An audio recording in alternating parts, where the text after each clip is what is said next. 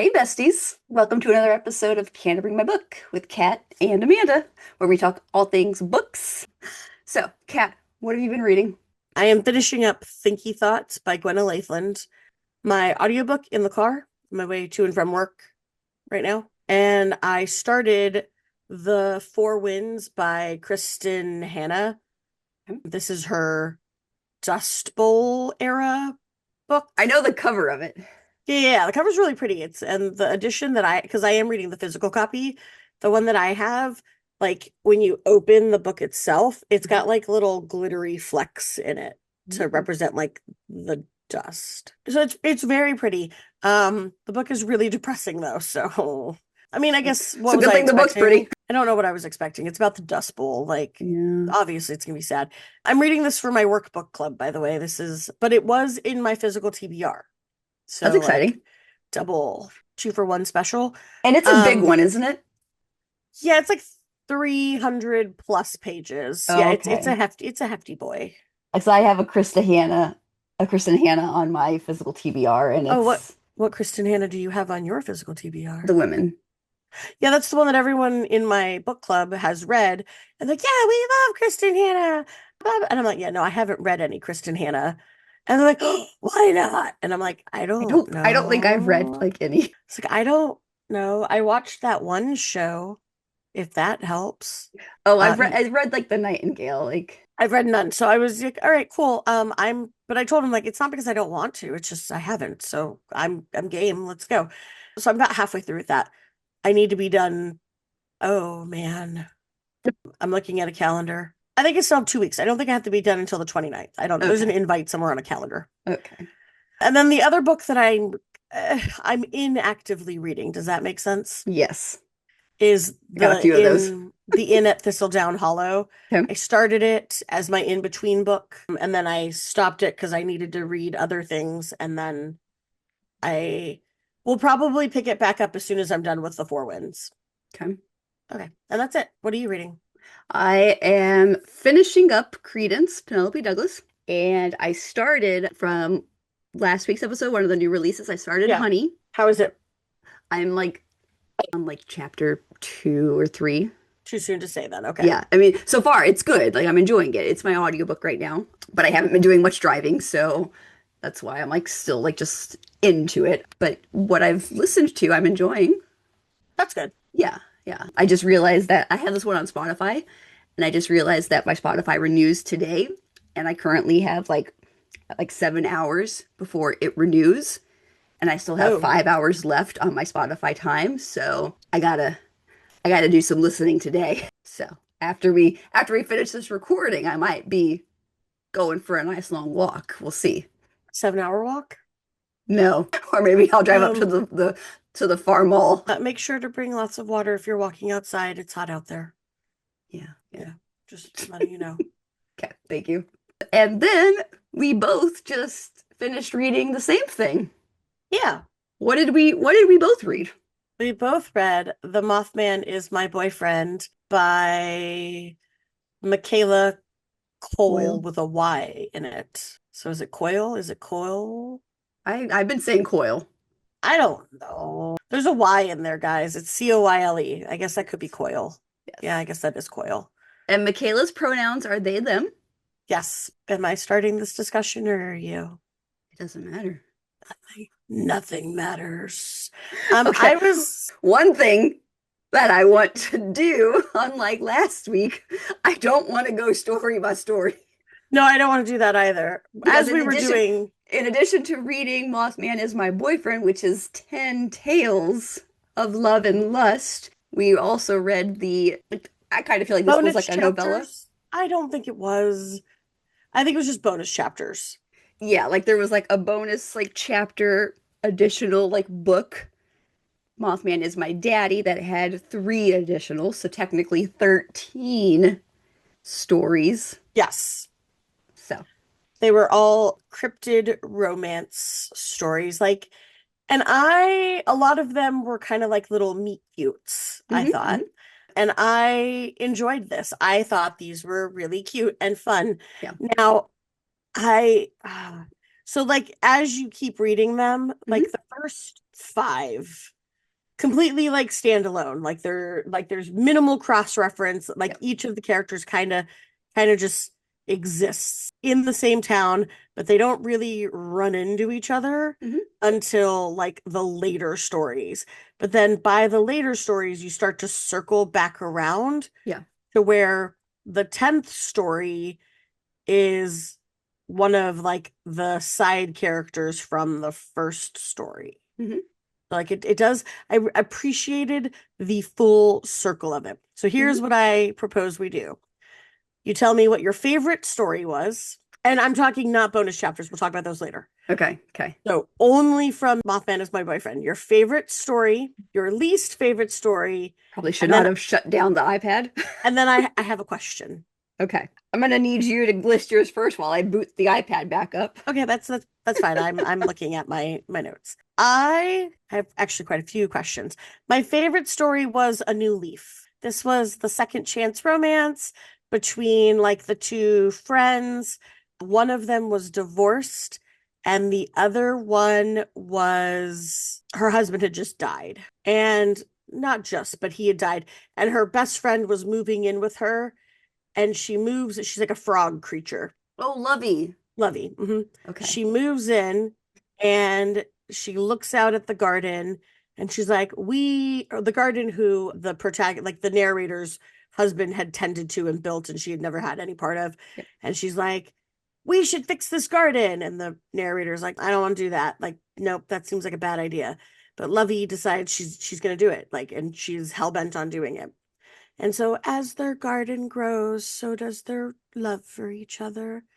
And I thought it was cute and adorable. And was the metaphor heavy handed? Yes, yes, it was. Do I care? No, I loved it and I will not be shamed for loving it. Anyway, A New Leaf was my favorite. Would you like to know about my least favorite?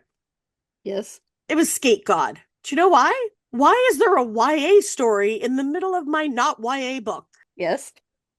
And so Skate God made me upset just for that reason. Was it still adorable and cute? Yes, yes, it Yes. was. Do I remember the name of any of those characters? No, they were night crawlers, I think. I don't know what that means. I probably should Google it. Fresno and Look at you. Is it because this one was your favorite? no. Better not have been. I thought it was cute. I thought like the whole finding yourself and just like I thought it was a cute message for a YA book, Hmm. which is not what I was reading. So, anyway, those are my complaints. Would you like to know my questions now? No. I have questions. I have a I lot know, of but them. I think I need to list my things first. I'm going to look up what a night crawler is while you're thinking. Okay. I think I'm going to regret this. It's Oh going to give me boy. nightmares. Okay. Oh, those are Ooh. scary. Okay. I did not. I didn't know I would be picking like my favorite. I feel like my favorite is I want to say it's Ripple. That's the Nessie one. I have questions about that one. Okay. Okay. That I one is think cute, though. I like that one too. I think that one is my favorite. I felt like that one it just like that is the one where like the main like The character in narrator, that yeah. one lost her wife. Was it 2 years ago? 1 year ago? I don't have notes on how, but yes, I have Yeah. that it is love loss. Yeah, love loss. And like I mean it's just like like the wave of grief. You know, With the sea monster. yeah, and it's just kind of like, developing like a friendship there. Yeah. And I mean Nessie, I didn't expect Nessie to actually be like a true character. And I kind of liked that, like it was cute. It And was I cute. yeah. So I enjoyed that one. Skate God would be my least favorite. It wasn't that it wasn't good, guys. Skate God's fine. It just If feels out of place. Yeah. If it had, I mean, like, I guess if it, so like the subtitle for this collective, is 10 Tales of Love and Lust. Like these were not like overly like spicy or anything. Like I think Low spice. like very low spice. I mean, I think there was like one use of the word like fuck, but like there was like nothing like There was like explicit. sexual references, Yeah. but there was nothing explicit. Yeah. In Mothman Is My Boyfriend. Yes. Yes. But like Skate got it. It felt very like, why are we now with like a 15-year-old character? Yeah, And I feel because like if they if they would have started maybe with that one. I mean, like I know that like starting with Mothman made the most sense because like hello, Mothman is my boyfriend, like that correct. makes sense. But then maybe going to Skate God? Or like you could have put Mothman at the end and True. it, right? Like it would have, But I then don't know. starting with Skate God, like would I have continued? Well, and I guess that's the problem. So I think Skate God came like right in the middle. It was number 6. Yeah, I mean So it was cute, but it felt a little weird. yeah, it wasn't my favorite. Yeah. But then also maybe McKayla like really wanted to do something with like skateboarders, but to do like adult skateboarders Would have felt been weird. yeah. I looked up night crawlers. Okay. I don't like them. Okay. Nope. Okay. They look creepy. I don't like it. Sorry. It's okay. I have questions. Yes. Hopefully I have answers. I don't know. Why is Mothman's name just Mothman? Is he the only Mothman? Are there no other Mothmen? Do Mothmen only exist in singular? Every I'm other character has a name, except for Mothman. He's just Mothman. I'm gonna say that he is the one and only like Beyonce. And that's right. Like, there's only one He Mothman. has killed all of the others and he True dominance. No, he's very passive. He didn't kill anyone. He's like a big cuddly bear. yeah. He's not killing Right anyone. now he is the only one in Cryptid Creek. And And so he doesn't need a real name. yeah. Mothman it is. Yeah. So hopefully if I don't know that him and Lucy can have kids, hopefully No, if he they can't. He can't because in Mothman Is My Daddy, it tells you that it's just mist. it's just missed. Hmm. Yeah. And it's non-procreative. It says it. Yeah. Yeah. You're welcome, people, in case that was a question you had about Mothman. Yeah. But there's only one of them. I mean, I guess that makes sense now because if he can't procreate, then obviously there is only one of him. Next question. And this one is about Ripple. Okay. How would a relationship with the sea monster work? I don't know, but I was thinking about that too. Like, can the sea monster come out of the water? Because you can't go in the water, human. Do You'll you die. ride on like the back of Nessie? Right? How does it work? I mean, there are a lot of interesting pair ups throughout this community, and There so are. But most of them are like vaguely humanoid. Like Mothman. Mothman. Like yeah, he but I still mean, has like men. Flatwoods doesn't actually like have like To talk mouth. about.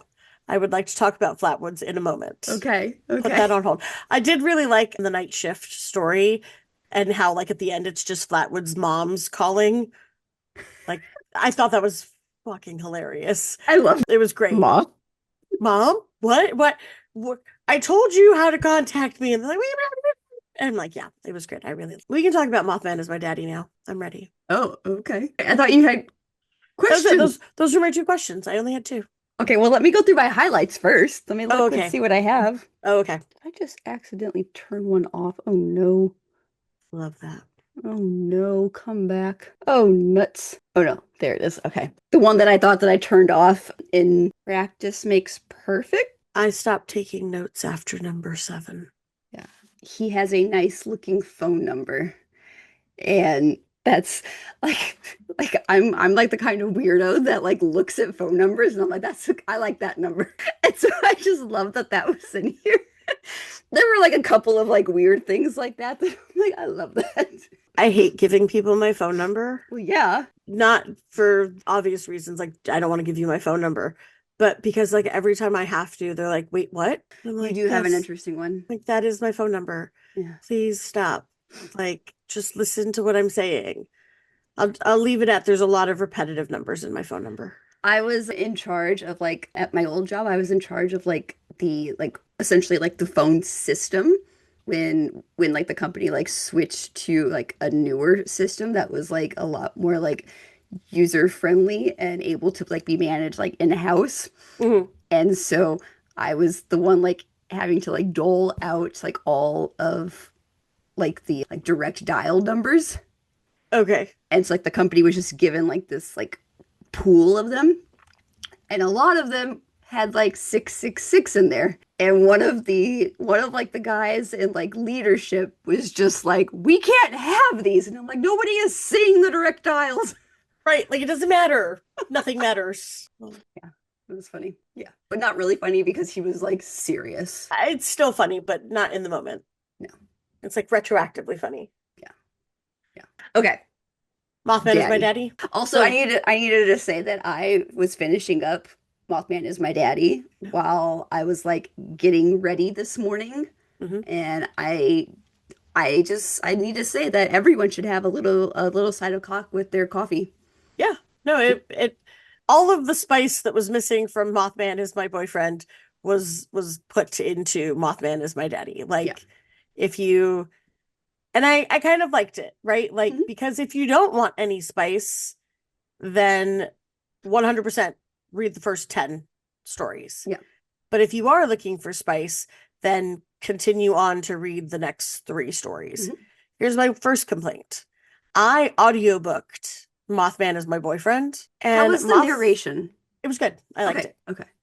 Mothman Is My Daddy had no audiobook. Yeah. So I had to ebook those, which is fine. I know how to read, obviously, but Good job. it was, and I want to just listen to the whole thing.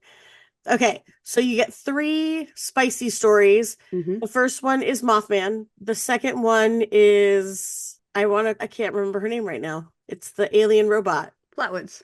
Flatwoods, thank you. I wanted to call her Loveland, and I'm like, no, that's the frog lady. Flatwoods, and Flatwoods, then Theo. Flatwoods and Theo.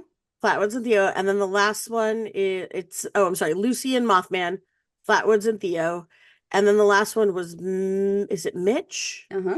And Griffin, and Griffin? Okay, which reminds me of my doggy. I mean that's kind of appropriate because Well, no, that's Mitch the is the werewolf. doggy. I know that's the werewolf one, but it's the wrong character.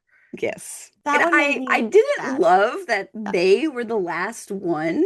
That one made me sad Yeah. Because I was like, because why is this? I mean, so the other 2 were, hey, this is what happened after we met. yeah, yeah, yeah. Mitch and Griffin was, this is what happened leading up to the events of the story in Mothman Is My Boyfriend. Because in Mitch and Griffin's story in Mothman Is My Boyfriend, they have already divorced Yeah. and they're coming back together after the divorce. Whereas the story in Mothman and My Dad Is My Daddy is from before they divorce. It's the day that Mitch tells Griffin that he wants to get divorced. Hmm. And they have one last very spicy, very destructive rendezvous So messy. in the kitchen that poor Mitch has to clean up afterwards. Hmm. And if you remember from Mothman Is My Boyfriend, from the original story, apparently Griffin, one of the problems in their relationship was that Griffin was kind of messy and Mitch was a little bit of a neat, like he needed everything to be in its place, neat person, right? Hmm. And that was part of the problem in their relationship was that Mitch couldn't communicate that to Griffin. And Griffin didn't realize how messy he was.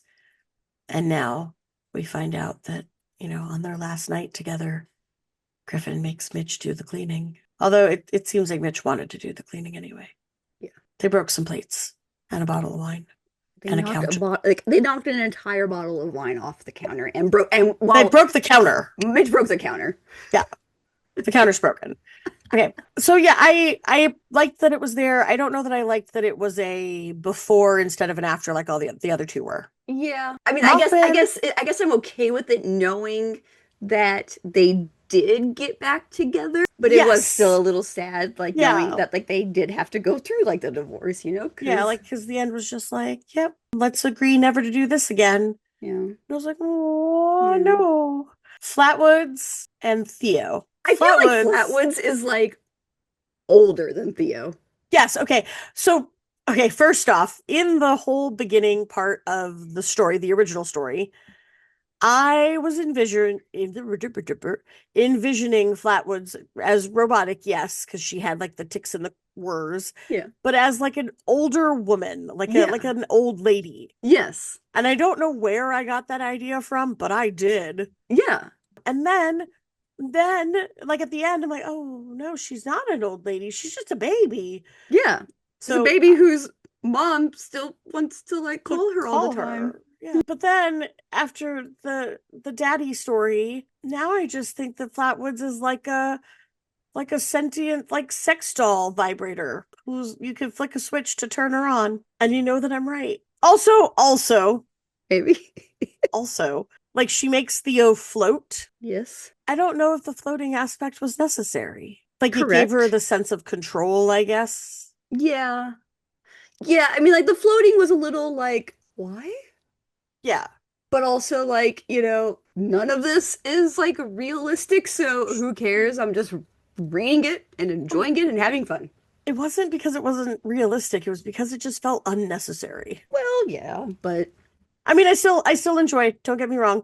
But yeah, Flatwood's mouth is like actually just like a little electric shock, apparently. And Theo likes to be pained a little bit. I mean, Zapped. Zap, zap, zap. Anyway, if you want to turn Flatwoods on, you got to open up her chest cavity and flick a switch. And despite being the titular story, I thought the Mothman one was kind of boring. Not that it was boring, but like of them, it was just like hello, they could get arrested. they're in Cryptid Creek in the I middle don't of know the if there's actually cops in forest. Cryptid Creek. Exactly. They sex outside. Yeah, in the forest by the water. But like it felt the most like vanilla out of all of them. Well, I mean, okay, I guess I could see that, but I mean, it was the first of the stories. Yes. So were you like easing us in? Like maybe. Yeah. Yeah. What, so one thing that I was kind of like that is like his spot. Yes. So if they And break up, yes. we did not mention that Mothman does not talk. Yeah. He communicates by projecting emotions into your head. Yeah. And so And he like can visions. show Lucy how he feels Or like what he while wants to do. yeah, like and so that's how he communicates with Lucy. And so I guess that was like the weird part, like the cryptid part to it. But yeah, okay. I have one last bit for this. Then I'm just done with my day. That's not true. We have a whole other rest of this episode to go. One last thing. So is the entire book an allegory? I don't think that's the right word. Damn it. Catherine, you had one thing to do with your life, and it was to remember what allegory is. Oh no, I think it was. That is kind of, yes, no, I do want allegory. It's the right word. I'm not losing my mind. Is the entire story an allegory? Where we also didn't mention, like, this book is very queer representative, right? Like, it is every character, every story has a character who is part of the LGBTQ plus community. So I'm making sure I said all the letters because I'm not good with those. So is it an allegory? Like, do the cryptids represent like this marginalized part of society? Or is it just fun? Am I reading too much into it? Should I stop? I blindsided you. I'm sorry. Okay. I don't know that that's how I took from it. I mean, I definitely like took like the whole like, like artwork as itself as, kind of like I looked at it, as like while it was fun and I enjoyed it, I also feel like I learned something, like I learned a lot about the queer community, Mm-hmm. you know, and I'm really grateful for that. And so I don't feel like I don't know that I would say that it's an allegory, but I do feel like it's just bringing more representation to like just being queer. Yeah. So I'm not sure if it's an allegory. Like I'm not sure. Like I can see how it could be Yeah. perceived as allegorical. Yeah. It's not a word. Maybe it is. I like it. But I think that really the takeaway is the people living in Cryptid Creek, the Hmm. humans living in Hmm. Cryptid Creek, are more accepting of the cryptids, Yeah. and the cryptids are more accepting of them because both of them have faced or would face, right? Because cryptids would face, obstacles in your everyday society Hmm. situation. So is it an allegory? I don't know. You tell me. Somebody who analyzes literature, let me know. What do you have? You said you had one more thing. Oh, that was actually it. Well, it was the queer representation. Oh, yeah. Yeah, like I just Yeah. wanted to like, add that I felt like it was a really, fun way to just kind of get like that, like added, Hmm. educational, bonus. Yeah. And if Yeah. you're looking for a book with really good queer representation, this is an excellent choice. I know words. And I will add that this is not the first of McKayla Coyle's books that I've read. McKayla Coyle also wrote Goblin Mode, Yeah. which is really, really good, and I highly recommend that. I don't think Kat, you've read that one. No, I have not. The audiobook and ebook are both on Hoopla. The audiobook is really good. And just a note on Hoopla, if you are not in our same area, your Hoopla might not have these True. things. I'm sorry. That's not within our control. Yeah, every library is different. Okay, Speaking of libraries, oh, wait, you want to know star I ratings? want to know star ratings. I was So trying to segue us really nicely right there. I apologize. I gave this a 3.5. Okay. There were two. Oh, I gave the original a 3.5. Okay. I'm looking at you, stupid night crawlers. And I gave the Daddy 4 Okay. because it did what it was supposed to do. Okay. I am giving Boyfriend 4 and I'm giving Daddy 5. Nice. So Yeah. basically, same. We're on Yeah. the same, Yeah. basically same area. Yeah. Right now, I'd like to go to my segue. Speaking of libraries, here's what's coming out this week. Did you like it? I love it. Cool. We're going to start with the obvious what's coming out this week, right? A Parade of Horribles by Matt Dinniman comes Woo! out this week. So this is, every time I see something about this book coming out, I regret not attempting to finish the other 6 books. I know, and I think I have like the second one on my Libby right now, and I've not started it. Yeah, like I'm like, man, There's so many. I know realistically I would not have been able to do it, and it's gonna be fine. Like I will If get I to could have like eventually. audiobooked all of them, like they'd be Maybe done. but I'm just like, no, it's not gonna happen. So this is book 8 in the series, and if you want to know more about Dungeon Crawler Carl, sorry, Amanda and I talked about this. I think it was in March. So go back, find that episode, learn about it. This is a lit RPG book. I'm moving on though. We're good.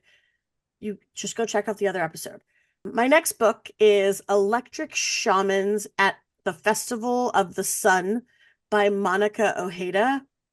This is being touted as psychological fiction, and it's about girlhood, violence, and the loss of innocence. It's set in the near future. There's 2 best friends that run away to attend like a week-long festival, and one of them gets like drug obsessed and shenanigans ensue, I guess. The next one is Take Me to Your Leader: Perspectives on Your First Alien Encounter. This one is nonfiction.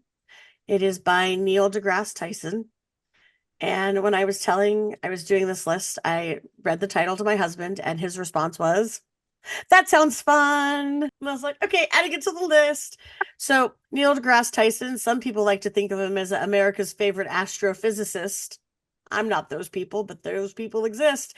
And apparently this is a practical guide for dealing with alien visitors. It's nonfiction though, guys. So Neil deGrasse Tyson has a very dry sense of humor, in my opinion.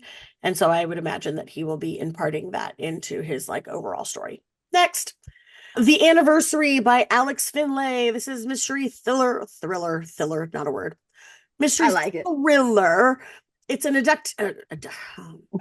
an addictive murder mystery and nail-biting thriller, but also tender, heart-rending story about fate, innocent lost, and 2 people bound by a single day. This story, it has something to do with like a serial killer that only strikes on May 1st. And like one of the main characters is like the only person to survive. And then some other guy. And then it like goes through the years with the 2 of them. I don't know. Mystery thriller for you people. My next one is Burnout Summer by Jenna Ramirez. This sounds like the perfect beach read. So we might need to get copies and then take them to the beach, and because we're really close to beach days. This is romance. We are. Mm-hmm. Whoa. like 2 weeks. This is romance. It's a beachy friends to lovers. Camille's life is spiraling. Like she's having a quarter life crisis. She's like 25-ish. And this guy that she knows from college has to bail her out of jail. And then as a solution to her problems, he's like, "Hey, let's go spend the summer at the beach." And she's like, "Let's go." Anyway, that's my summary. Okay. Next one is First and Forever by Lynn Painter. First off, I really enjoy Lynn Painter. Her other two books that I have read are YA books, so Better Than the Movies and Nothing Like the Movies. Mm-hmm. This one's adult fiction, and it's a sports romance. And I don't like sports romances. I don't Okay. want to read that. I don't like sports. Mm-hmm. I'm probably going to read this one. It's already on my TBR. So it's enemy, not, it's not friends to lovers. It's not enemies to lovers. Basically, it's a football star and then like diehard fan of like the team in general. And the team is suffering from negative PR. Mm-hmm. And so the football player and the team owner, maybe, I don't know, someone high up on the team thing. Don't ask me sports things.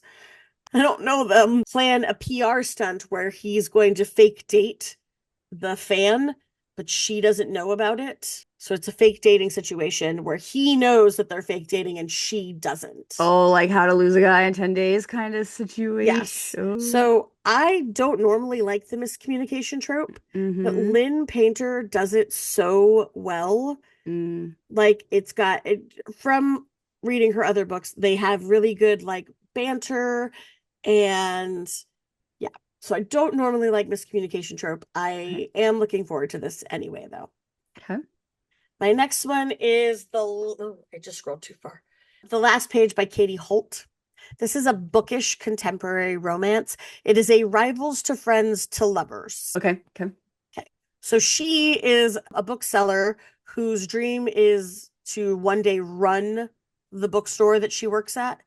And he is the owner's out of touch grandson who inherits the bookstore. So she wants to be the one to run it. And then the owner dies and he leaves it to the grandson who knows nothing about it. This reminds me of another book that I read. It feels like it's been done before, Yes. but it also feels adorable, so it made its way onto my list. The Second Story Bookshop, I Yes, think, I think is that sounds right. by Denise Hunter. It's a sweet contemporary romance about Shelby who inherits her grandmother's bookshop but must share ownership with her high school ex who broke her heart years ago. I think I read that. Yeah. I think I read that book. Anyway, neither here nor there. But this one's not her ex. This one is grandson who I'm thinking she doesn't even know because it says rivals to friends. So they must not have been friends. So similar, not the same. They're cousins, not sisters. They're similar, but not the same. They're cousins, not sisters. Wait, what? They're similar books, but they're not the same. They're cousins, but they're not sisters. Anyway, like what are you talking about now? I'm talking about the Forgotten Midwife by Laura Anthony. This one's historical fiction. It operates on a dual timeline, which some people don't like. Present day, we're in New Jersey. In the past, it's the 1950s, and we're in Ireland.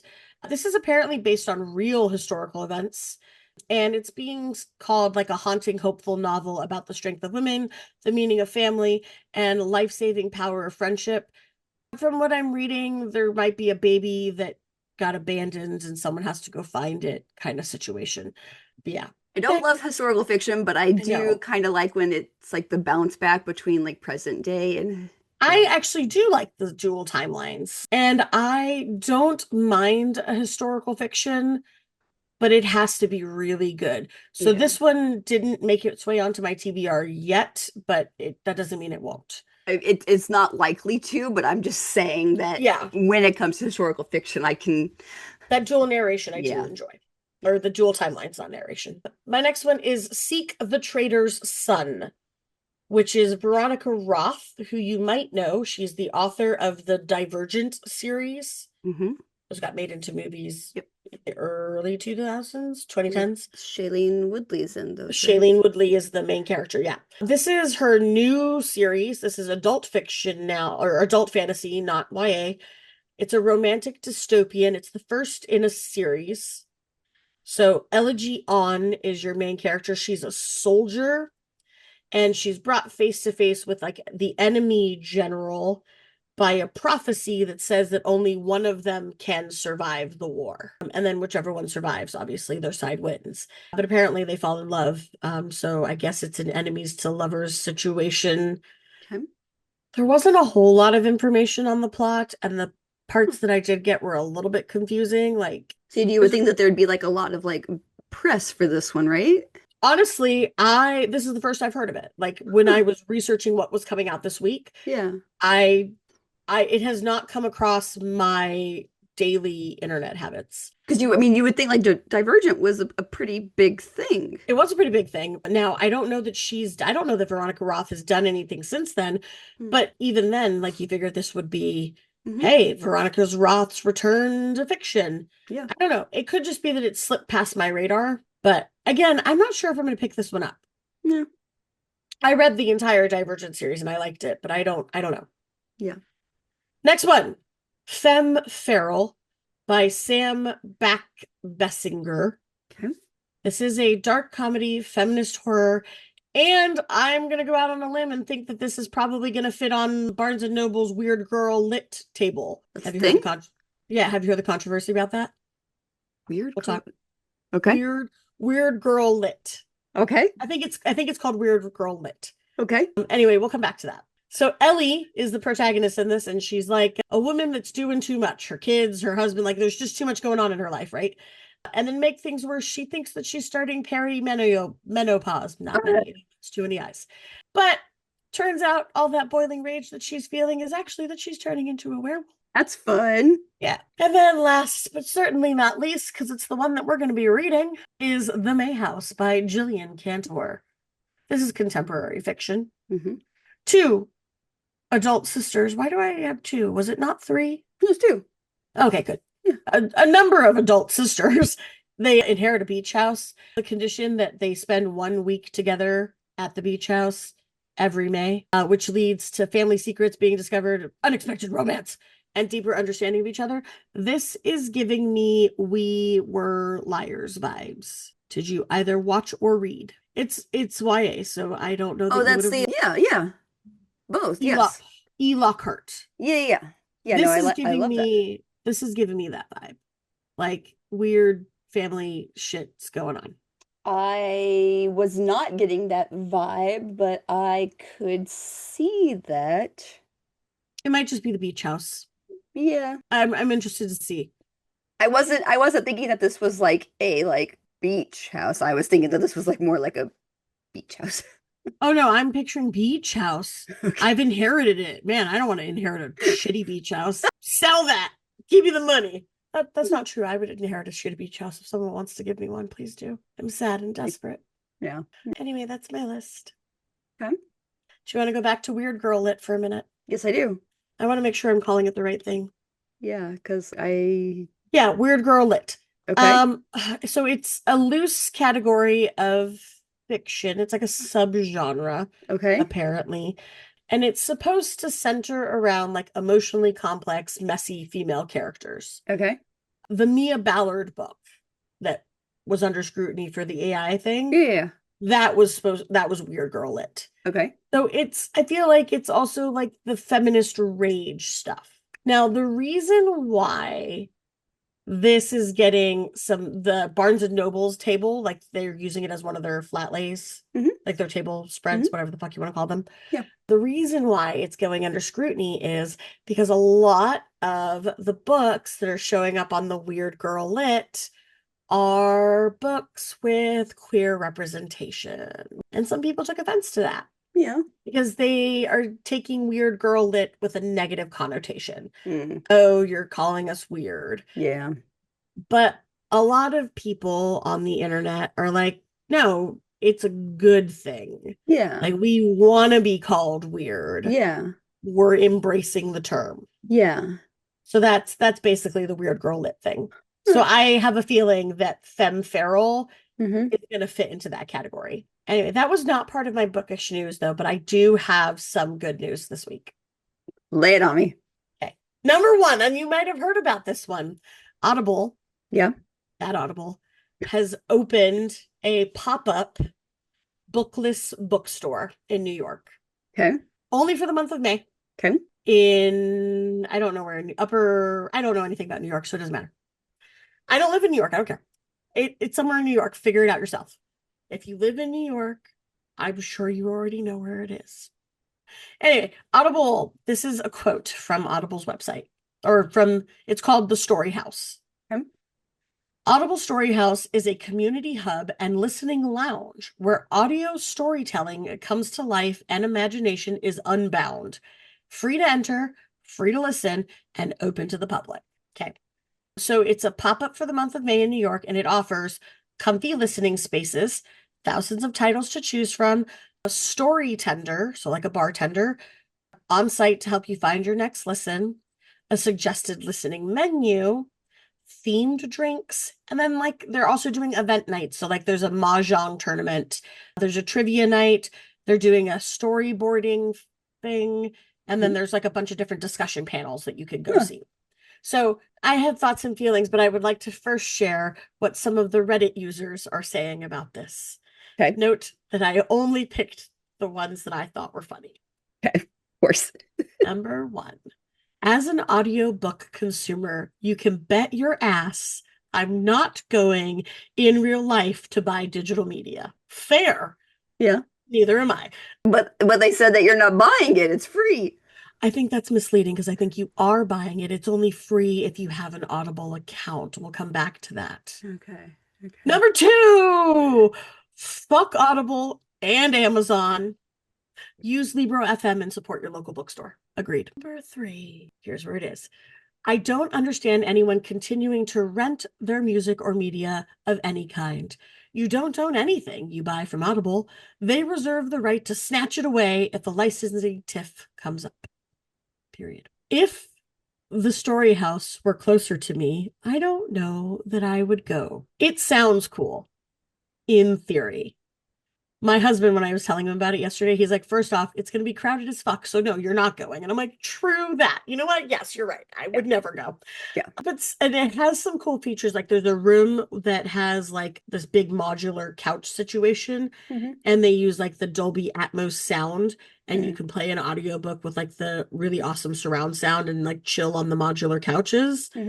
Which seems cool in theory, except for an audiobook is like 14 plus hours. Yeah. Am I just hanging out for 14 hours? I don't think Audible's going to let me sit around for 14 hours and not pay them. It's Amazon after all. Bezos wants his money. And so, yeah, like you go, from what I've seen, there's like these tiles on the shelves and you can go and you can like scan to listen to the book.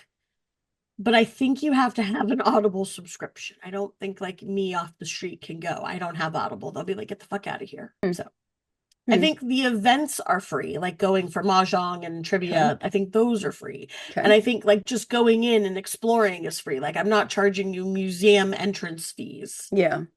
But I'm not giving you drinks for free and I'm not giving you books for free because this isn't the library. Get the fuck out. Yeah. Anyway, Audible Story House. If you live in New York and you've gone, please let me know. Thank you. We should make friends in New York. I mean, I have a friend in upstate New York. Perfect. Give them a call. Tell them to go. He doesn't really like going to the city. Okay, never mind. It's okay. You don't have to go. I don't want to go either. You read. And then my next thing is not really news, but it's a question. Okay. So this question was posted on Instagram by Happily Ever Accessible. They are a bookish content creator. I think there's 2 of them. Duo. We'll call them a duo, but they might be a trio. Who knows? Who specialize in like accessibility. So they posed this question, should book cons, and this is coming off the heels of whatever that was called, should book cons have a designated quiet reading space? Yes. Right? Like, I feel like every large event should have kind of like a sensory like area. But like it makes so much more sense for a book con because most of your people who are going are people who enjoy reading, and most people who enjoy reading in a quiet space. Yes. Like that's just the fact of the matter, right? Like if you want to read, chances are you're not into loud communal reading. And so when I read this, I'm like, yeah, that 100% makes sense. Why wouldn't you do it? And so their pros for it were attendees could use that quiet space to relax, which would then potentially extend their desire to be there, right? Like Hmm. if I'm able to go time out for 30 minutes, I would be more likely to then go back to the con and Yep. purchase things and be part of it, right? You could probably set up like a table right outside that room with like books, and like, $10, cash buy books, have like a little, like someone standing there and like a I little like box set up, and you would probably sell out. Well, and I also think that if you charged a small cover fee to go into the quiet room, people would pay it. Like if you're like, okay, it's $5 to get 30 minutes in the quiet room, I'm thinking that people are going to pay it. Now, that depends on how much you've already charged me for the con. Like if you've already charged me $150 to be at this con, I'm expecting a quiet room, for free, but Yeah.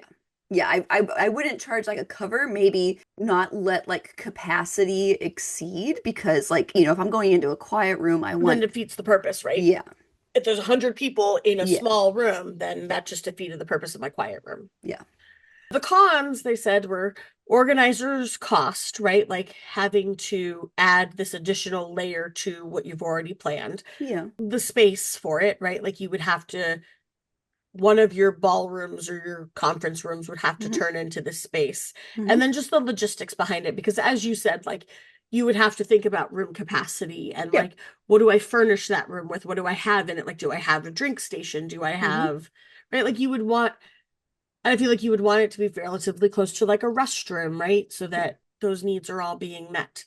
But I feel like if you're going to do it at a book con, you might even want to have more than one of them, right? Like have them strategically set up around the Yeah. conference area. I don't know. I thought it was an interesting question, and I would love to hear what other people have to think about it. Yeah. I mean, like, yes, it for the organizers, yes, it is an additional expense, and like So you like just tack that onto the ticket price. yeah. And I mean, like, I know from hosting large events, like what the expense for, like renting a ballroom is for a day, like, but yeah, like you just factor that into like the ticket price. And I mean, in these larger book cons, they're already booking most of the conference center, right? Like, yeah, what I forgot the name of the one that just happened because it wasn't it stopped. called like BookCon or something? Sure. It stopped being relevant to me last week. Honestly, it barely was relevant to me last week because we didn't get invited to go. BookCon, looking at you still. Hmm. But it just feels like something that, especially for them, where people were complaining about how it was oversold and Yeah. overbooked, and there were so many people. Yeah. I feel like it's something, and then there were people, lost my train of thought. There were people that were like selling their day two tickets, like they were Yeah. giving them to other people Yeah. because they're like, I was so overwhelmed day one. I don't want to do this another day. Yeah. I'm wondering if a space like that would have been advantageous Hmm. to BookCon. Yeah. Anyway, that's my Mm, bookish news. nice. I I tried. don't have any news this week, so that's it for this episode. Hey, thanks for Yay! joining us. Bye. See you Bye. next week.